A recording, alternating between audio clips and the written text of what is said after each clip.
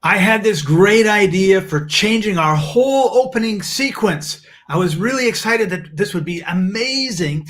And then when I told Chaffee about it, he said, no, we have this way that we do it. We do it the same way every week. And that's the end of it. So this week, no change.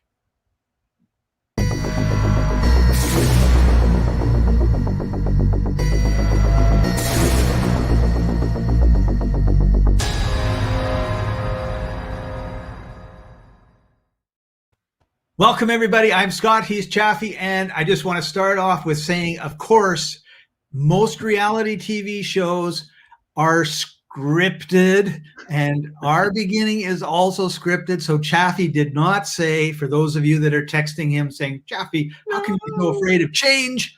He didn't do that. But this whole episode is all about change, fear of change, and what is the one constant in the universe, Chaffee? Death and taxes. Oh. No. Well, isn't that what it is? I guess it would be change then, Scott. Is that right? That's right. That's right. The only thing that you can count on change being consistent is change. And generally speaking, like when we think about it, we're constantly in a state of change. Like the weather is sunny this morning, it's cloudy this afternoon, it's snowy in December, it's sunny in July if you're in the Northern Hemisphere. People are in good moods or in bad moods. So we have all of this change constantly swirling around us. Yet there's this whole aspect of change that terrifies a lot of people. Oh, is that my cue? Should I be talking now? So right, Scott, you're absolutely correct. And since we're talking about business success, fear of change is one of the things that prevents people from achieving their business success. And so let's dive into this. Let's dive into what is this fear of change? How do you address this fear of change, attract it? And let me just start by just saying that, when I was growing up, my mantra that I was told was go to school, get good grades, and get a good job, right? And so, being the good son, that's right, being the good son I was, that's exactly what I did, right? I went to school, I got good grades, I got a good job, I was working in the corporate world. And let me tell you, if you're in the corporate world, if you're making, a decent income, maybe it's not where you want it to be, only it's, it pays the bills. And you're getting along paycheck by paycheck and doing everything. It's difficult sometimes to say, hey, I'm going to switch and do something completely different, something completely unknown, because then I would have to change, right? Right. And so that's what prevents a lot of people from making that jump. That's what prevents a lot of people from doing what they're passionate about, because they get stuck in this rut. And they feel safe, shall we say, this sense of false security that they have this job that's paying their bills and paying their income until something like COVID happens, right? And then all of a sudden they get their job cut, and then they're forced to change. And let me tell you, forced change is a lot more painful than optional change, right? Although a lot of people will say they went through this painful change and the life they had afterwards was far better. So it's funny how we resist success. Like our show is all about being having a successful business. And oftentimes people resist what would bring them more success, because we're really talking here about comfort zones, right? You're comfortable doing this, you get up at this time, you do this, you have your routine. And the problem with that comfort zone is you sort of blink and 20 years have gone by. And then you say, oh, like, what did I do with my life? That's what it is sitting there. You're right, Scott. And let me give a good, and even your body wants change, right? And here's a good example is that if you've been working out, and I know some people don't work out because they're in their comfort zone and they'll say, I'll do it later. And other people work out and they feel this constant kind of like soreness in their body, and it feels good, like they're it's like their body is, they're working out and they're growing and everything. And what happens though is that after a few weeks or after a few months, if you're doing the same workout routine over and over and over, you start seeing fewer and fewer results, Yeah. because now your body has gotten used to that, right? It's gotten comfortable with that workout, and if you don't change that workout, then you don't see any results, and then it's just like you're working out and doing nothing. So Right. change is physically, mentally, spiritually, that's all part of growth. And if you're not changing, then as you said, Scott, you're stuck in that comfort zone and you're not moving anywhere. No, and that's right. And I had a very interesting meeting with one of my clients a couple days ago, and they wanted to make a change in the relationship that we have with them and everything that's going, and they were very concerned about how our reaction would be. And once I kind of heard what they wanted, like our job is either like our company's job, my company's job is to serve our clients for what's best for them. And we're confident if we give them what's best for them, we'll get what's best for us. That's our philosophy. And the first thing that they said was, after they had said it, there was this silence as they were waiting for a response, and you could tell they were worried. I said, I totally agree with what you've been saying, and we just need to figure out how this change can occur. And it was like, whew. So sometimes when you have change, you're fearful about how other people are going to react to the change that you want to do. And sometimes, like if you're in a business, I know one store that I ran, we had 56 employees, and it was not enough to handle the summer rush. So by the time the next summer came around, in the spring, I'd hired 28 people. So basically 50% more staff. And people that were away, like on maternity leave and stuff, and they've been working for the company for 20 years, they came back, and all of a sudden they didn't know anybody that was working at the store. Things had changed, and they just said, I'm going to leave the company because it doesn't feel the same, right?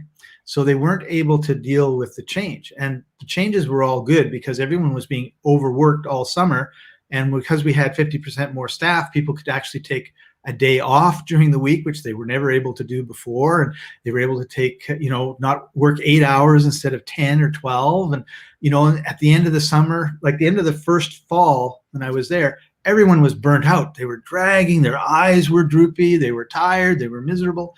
The second fall, they were all like, oh, I had a great summer and I'm going to have a good fall. And away you went. So it's funny how people will react to change and not embrace it, not take the time to, kind of internalize it or get used to the change. It's like, no, I'm really uncomfortable with this and I don't want to have any discomfort. So I'm getting out of this situation. So Scott, let's address, I guess here's a question then, right? Which is, when should you change and when should you not change? When is change harmful to you versus helpful? Since it's always a constant, you're always changing. Only when is it better, as you said, to stay in your comfort zone versus make that change, make that jump or switch?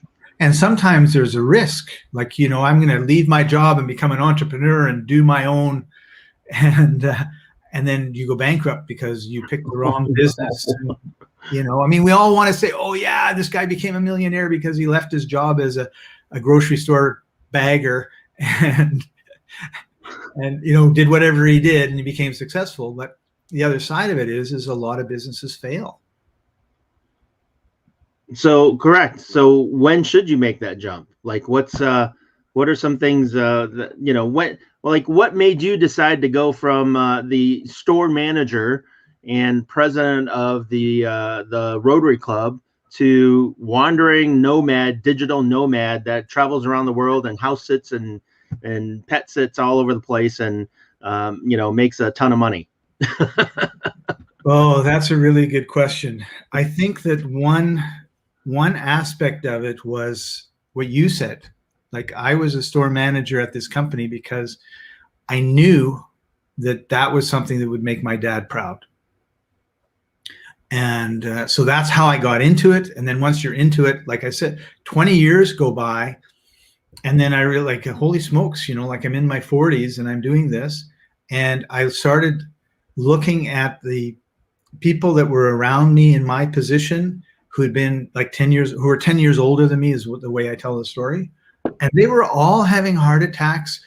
They were obese and having nervous breakdowns. And I remember one guy, he had a 3-month leave because he was just like burnt out and broken down.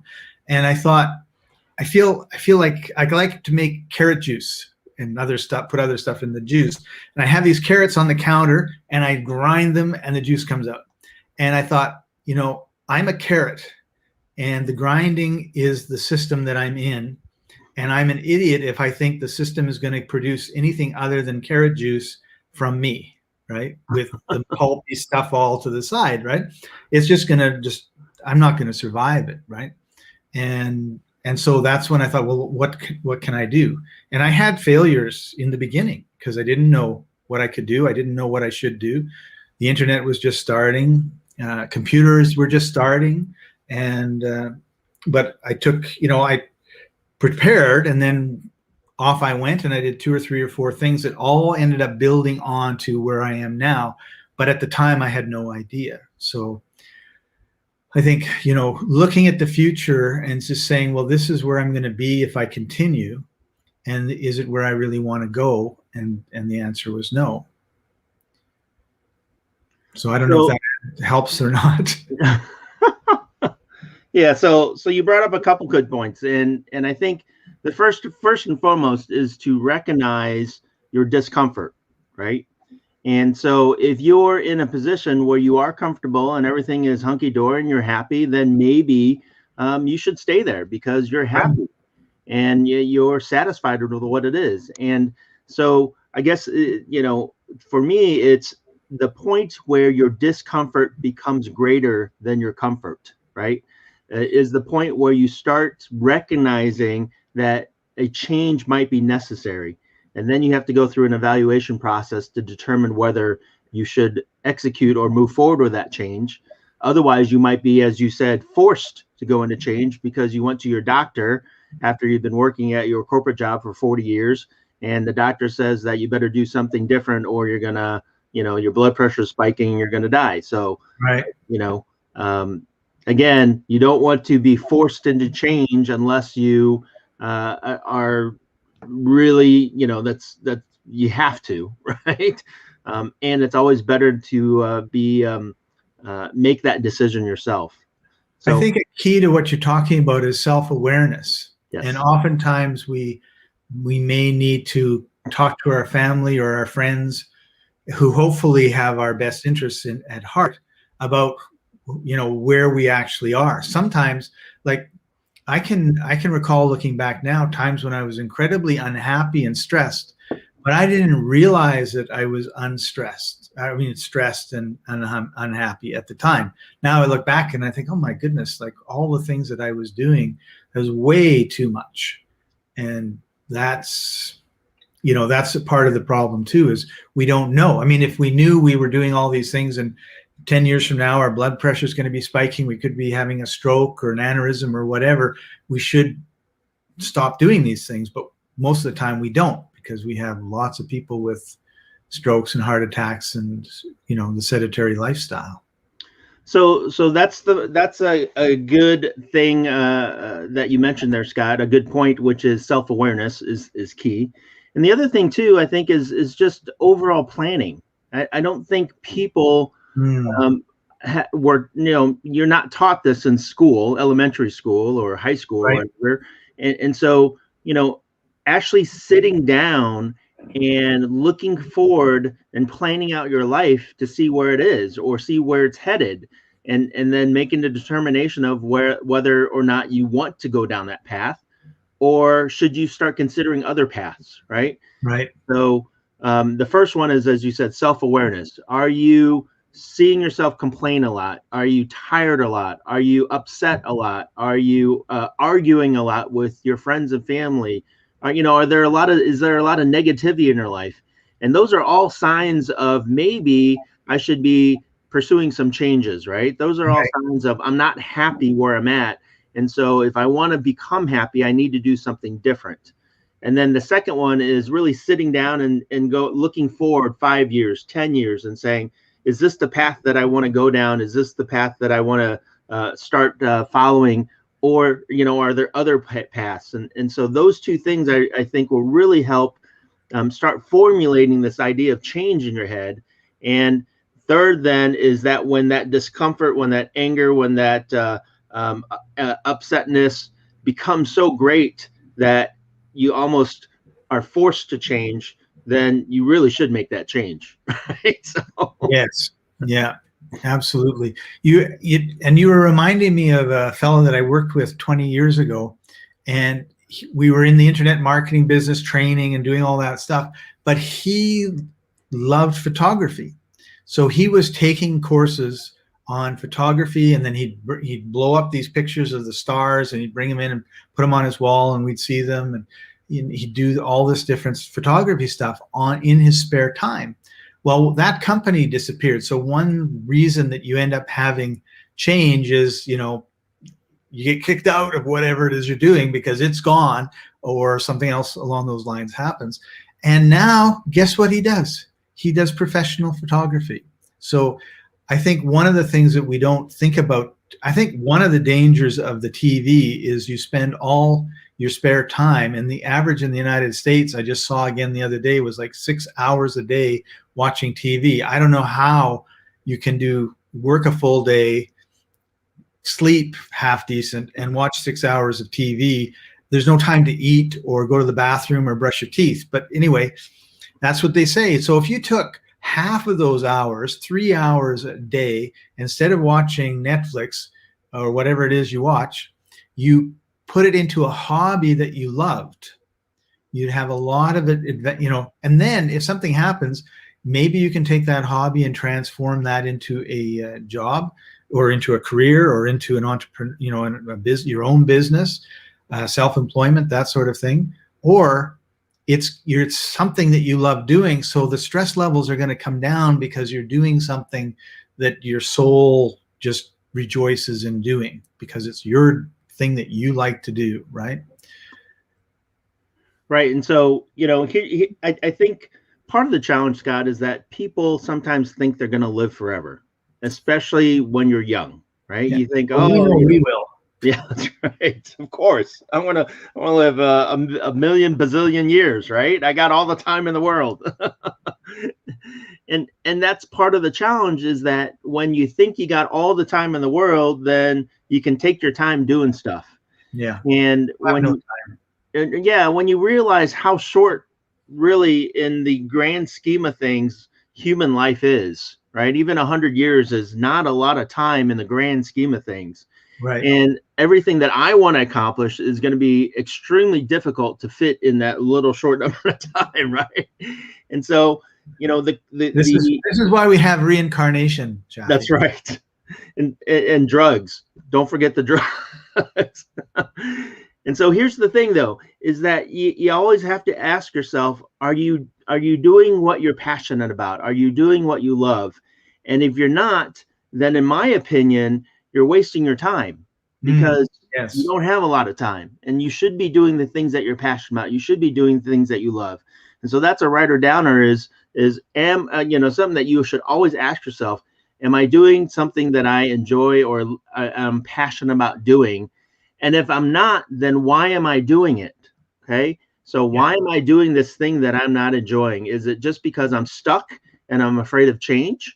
Or is it a stepping stone towards something I'm passionate about? Right. And I think that's a really good point, is just because you don't like doing it doesn't mean it shouldn't be done by you. Oftentimes we do a lot of things that we don't like doing and we shouldn't be doing them. There's that aspect of it. If you've got a business and you're running it and you've got people working with you or for you, and there are things you don't like doing, and there's people there that like doing it, like, don't do it, let them do it. That's a main philosophy. But on the other hand, like you just said, there are things that we need to do to learn, to grow, to stretch, or whatever, to get to a certain point so that we can do what we want to do. My sister used to get up at 4 a.m. it was minus 20 degrees in Winnipeg, and she'd go to the pool and she'd practice synchronized swimming for an hour and a half. I'm sure she didn't want to. I know she didn't want to get up that early, because now she's retired, to show you how fast time flies, and she doesn't get up before 8 o'clock. And I know that because I'm visiting her right now. But but those were things. Her goal was to get on the national championship podium with synchronized swimming, and she got into the nationals, which was a really amazing accomplishment. She was very good at it, and that was the price to pay. So we're not saying don't do things you don't like. We're saying that there's changes that we need to make. And so her change was actually getting up early on cold days and traveling half an hour to a pool and practicing. And that was the change. So she couldn't outsource to a virtual assistant waking up and practicing so that she can get on a stage for synchronized swimming, Scott? That doesn't work that way? Not in the 80s, no. That's right. So Scott, can I share an exercise people can do to help them discover whether or not they should be looking at change or potential change? Share, Chaffee, I think that you should share an exercise that will help people with change. Thanks, Scott. And I call this the top three, right? So if you have a piece of paper, take out a piece of paper and do this exercise, because I think it's really going to help you, see if you should be looking at change or not. And so the top three. So actually what I want you to do is draw a line down the middle of the sheet. And then on one side, write down 1, 2, and 3. On the other side, write down 1, 2, and 3. So now you have 2 lists of 3. And on on one side, write down the top 3 things, or the top 3 areas where you spend the most time at. So the top 3 things where you spend the most time at. And so that could be work, that could be work, that could be work, that could be church, maybe, that could be with your family, that could be whatever it is. Write down the things where you spend the most time at throughout the entire day, throughout your entire week. And then on the other side now, write down, and this is important, the top 3 things you're most passionate about. So what are the things that you enjoy doing the most, right? So is it, building websites? Is it coaching? Is it investing in real estate? Is it playing with your kids? Is it reading a book? What are the things that you enjoy doing the most? Okay. And so now here's the magic is, are you spending the most time on the top 3 things that you enjoy the most? So do those things match? And if they don't match, then you got to ask yourself, why am I spending time on these 3 things over here versus on these 3 things that I enjoy the most? Okay. So that's what I call the top 3. And when you really sit down and go through that on a regular basis, the first time it matches up, you're like, oh my gosh, that's awesome. And if it never matches up, well, then maybe you need to make some changes. So. That's an excellent exercise. And sometimes we have change that is normal and natural, and we still resist it. And going back to this meeting that I had with my client, they had gone through spurts of intense growth, and they could tell that my company was doing the same thing. And one of the things that they said, which is something that I didn't want to hear, obviously, because that means I'm going to have to change, was they said, we have these systems in place, and when you have this huge growth, it breaks all your systems and you have to reconstruct them all basically from scratch. And they said, we've done this like 3 or 4 times.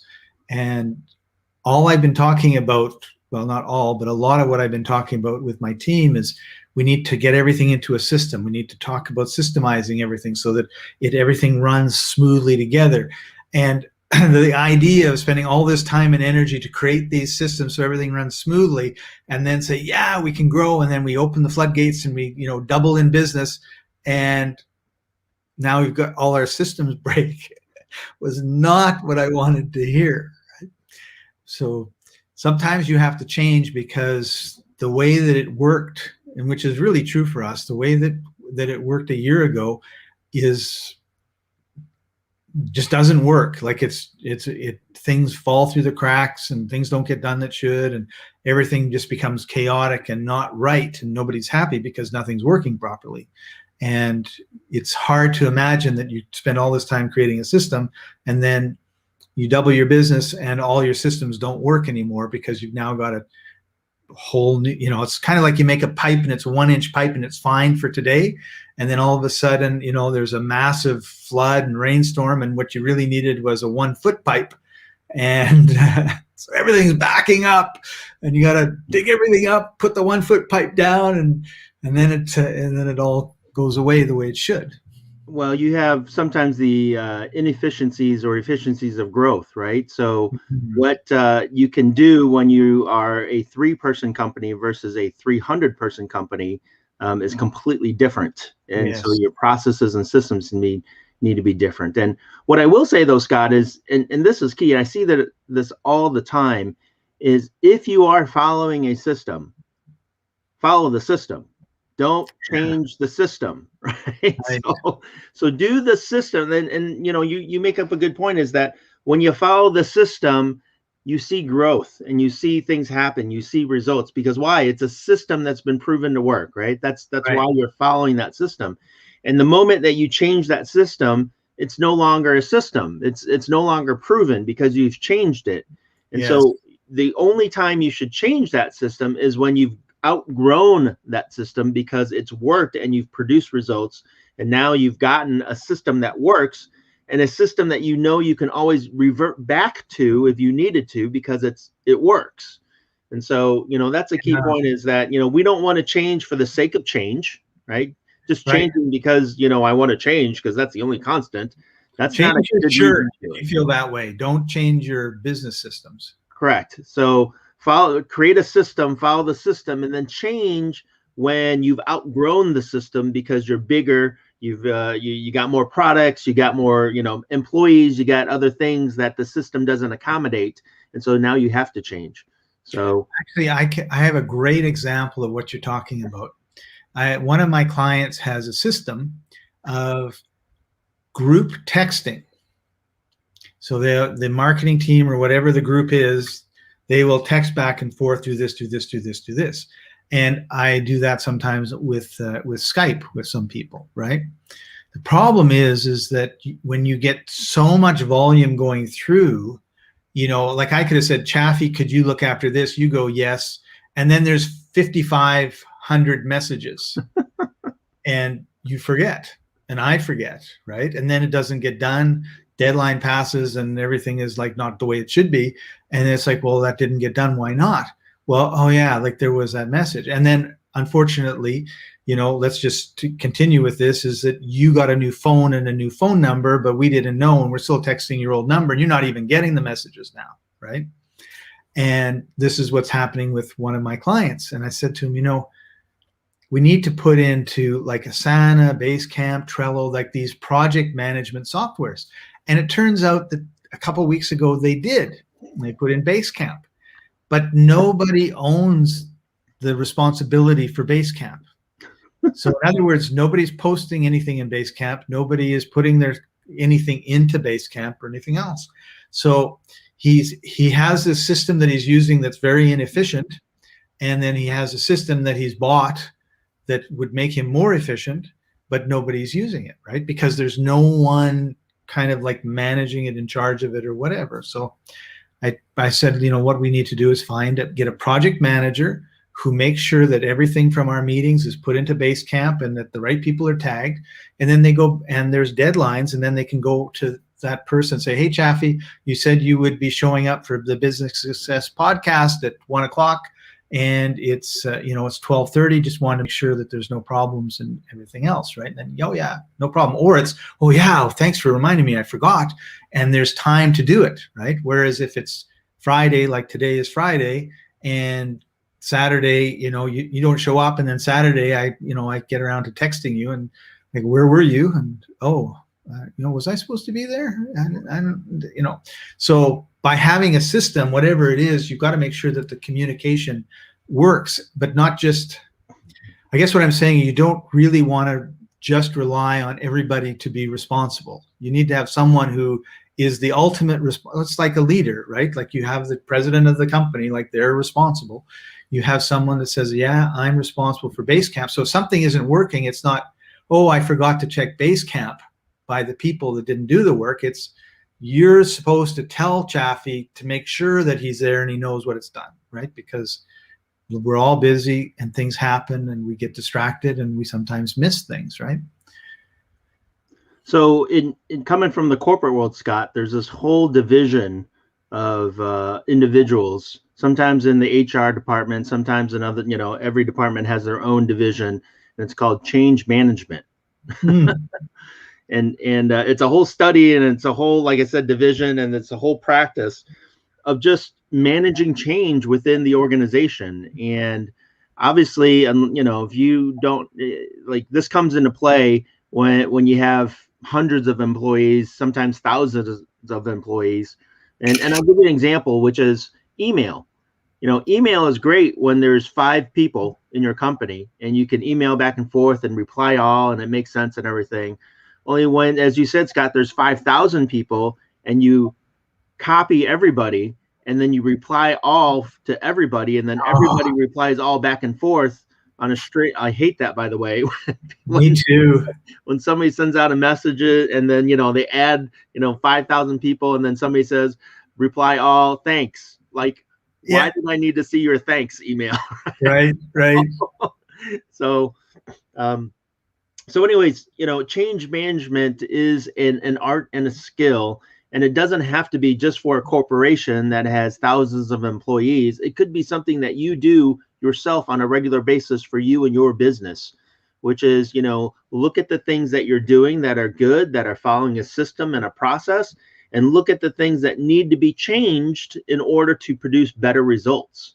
And so a key point of business success, Scott, is tracking your results.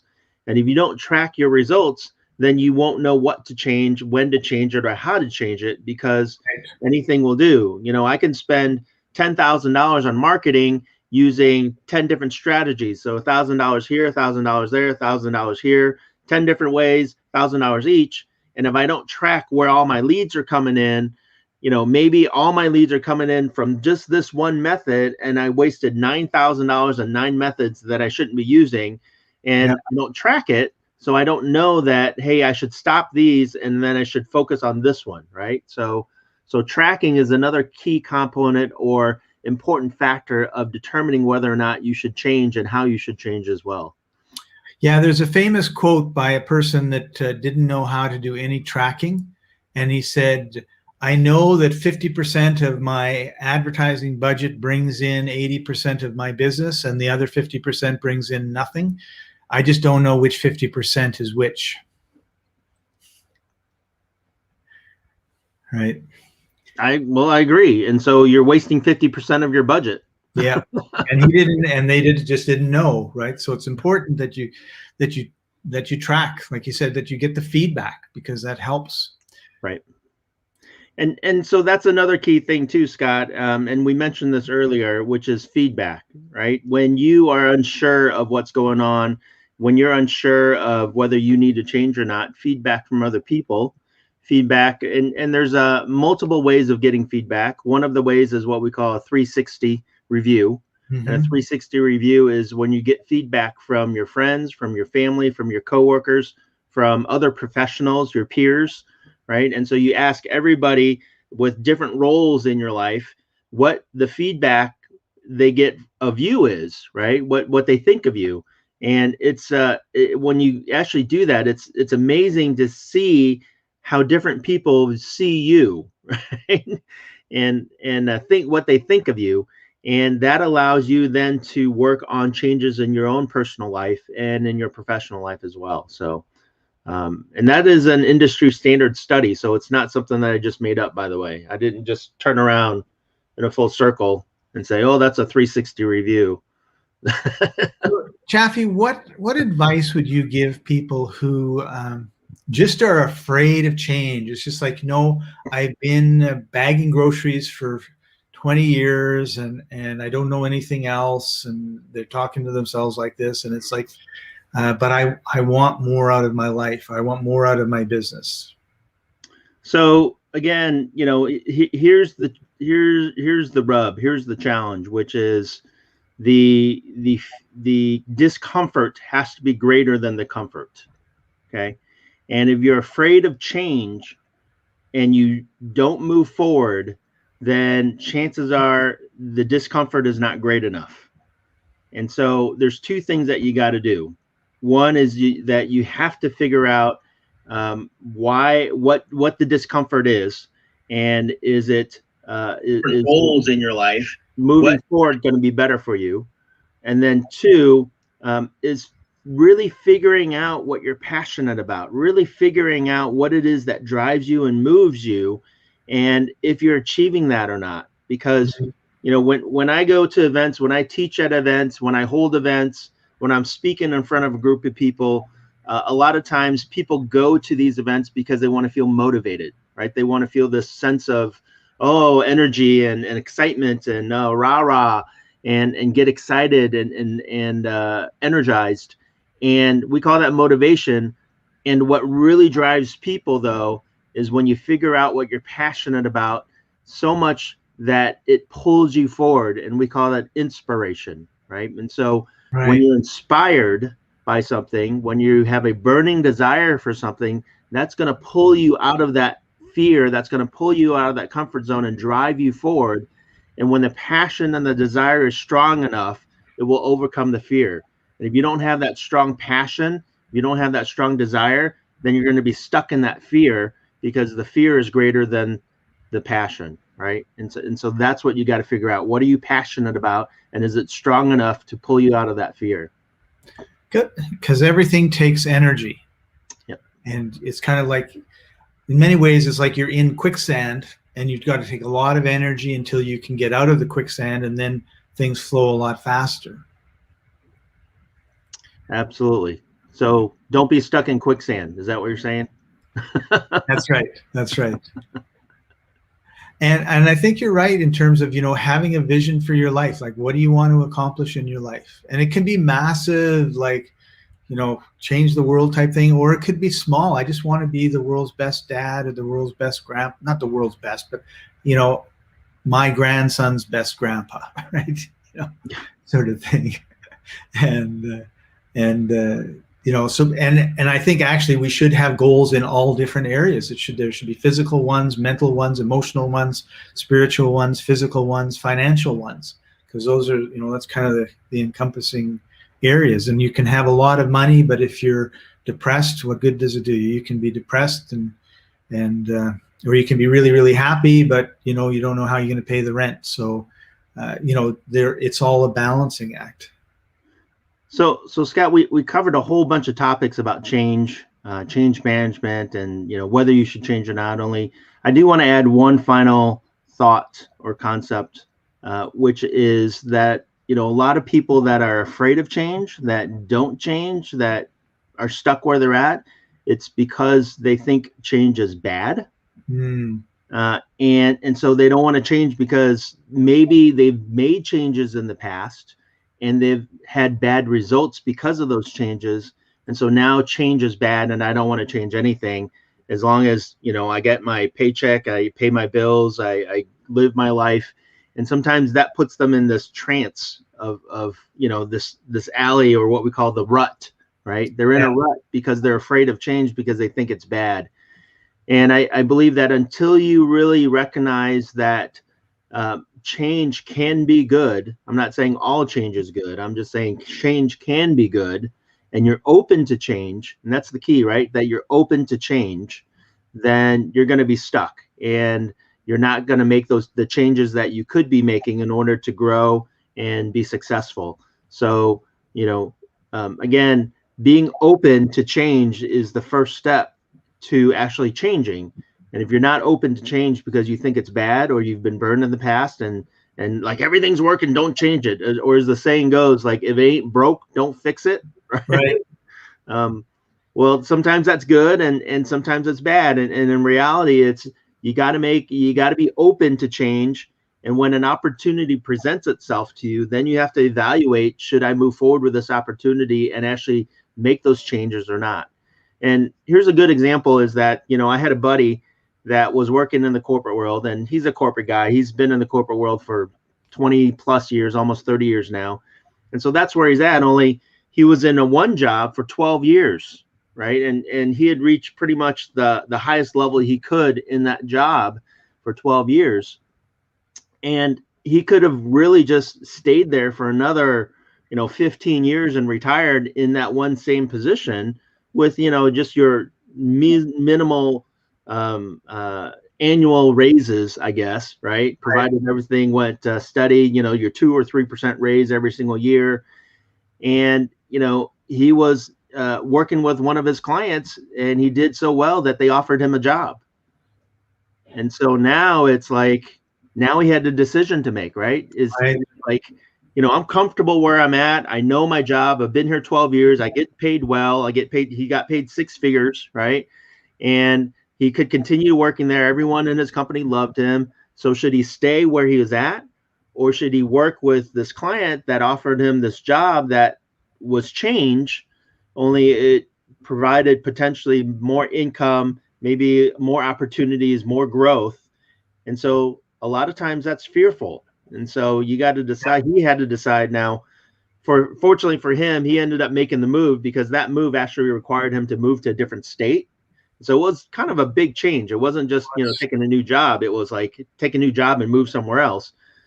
And he took it, he moved, and he hasn't looked back since. Only had he stayed where he was at, the company that he was at actually was a great company for another 5 years.